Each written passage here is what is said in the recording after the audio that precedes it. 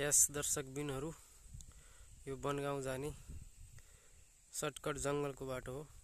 पहिला एकदमै खतम थियो, अहिले एकदम बनिसकेको छ है।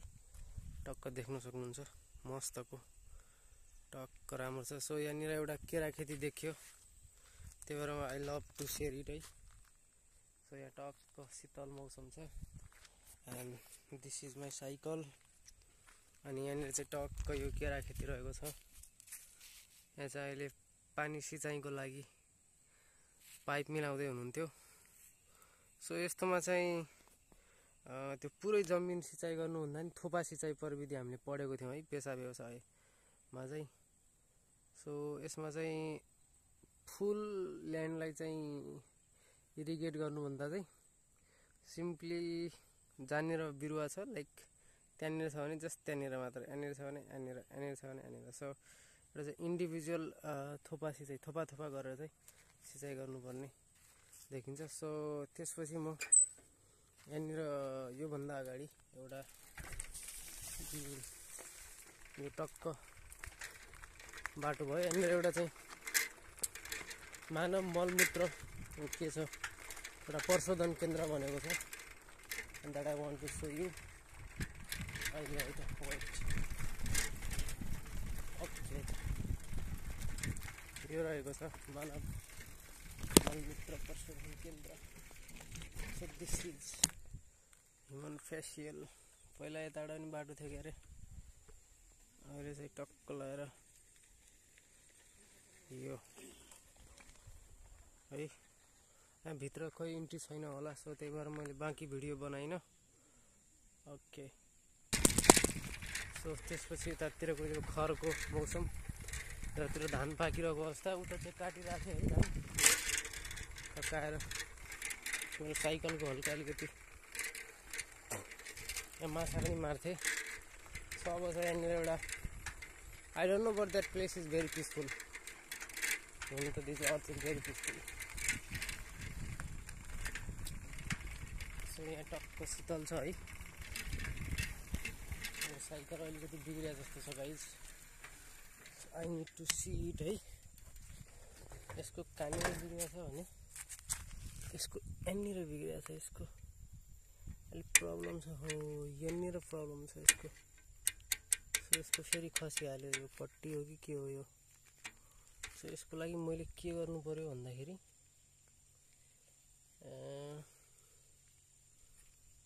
पहिला यसलाई यो माथिको बटन यो वाला यो चाहिँ खुलिरहेन, यसलाई चाहिँ केही मट्टी तेल अथवा डिजेल पेट्रोल हालेर खोल्नु पर्यो। सो यसलाई मैले भर्खरै रिपेयरिङ गरेको हो यो साइकललाई। सो यहाँ के हो, यो पशु गर्भधारण सेन्टर हो कि के हो। सो अब देख्न सकिन्छ म हिँडेर गएँ है बिस्तारै टक्क।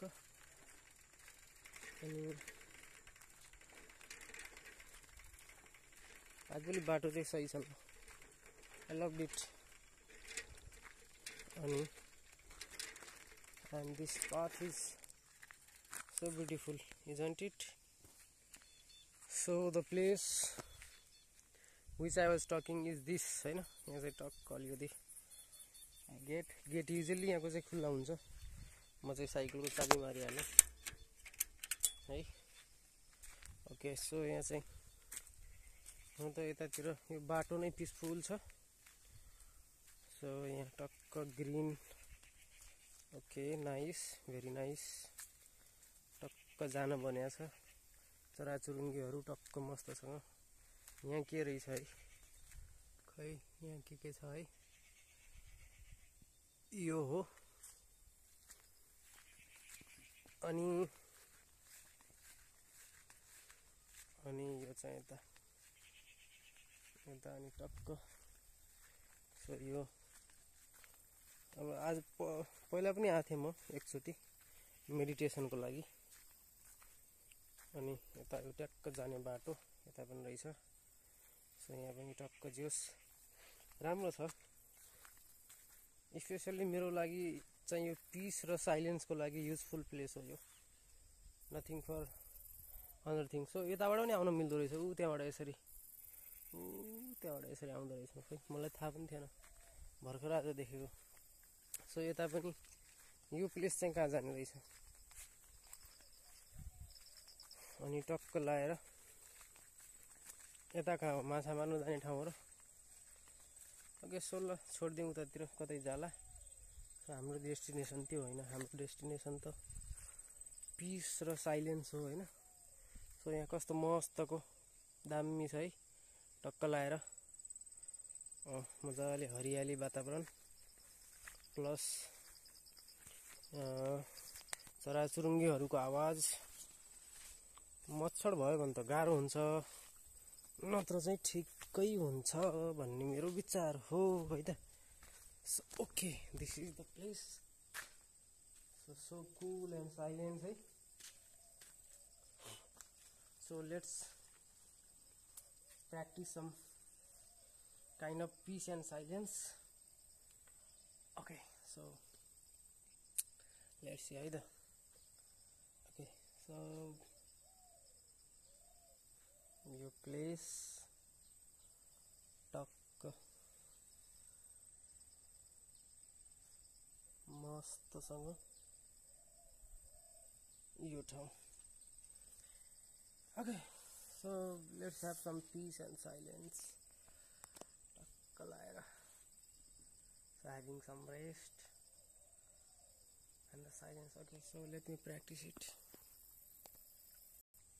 so after having some minute of silence relaxation so feeling so cool so I have to go further so nice view and the nice place to observe the silence peace and emptiness है टक्क चराचुरुङ्गीहरूको आवाज सुन्नलाई मौनता silence हेर्नलाई टक्क राम्रो छ okay so I am going again back to my destination है त okay so त्यहाँ चाहिँ मेरो साइकल खडा छ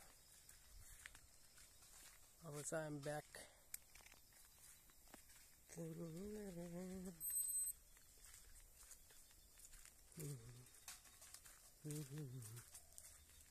okay thank you for watching me see you in the next video take care be happy be healthy bye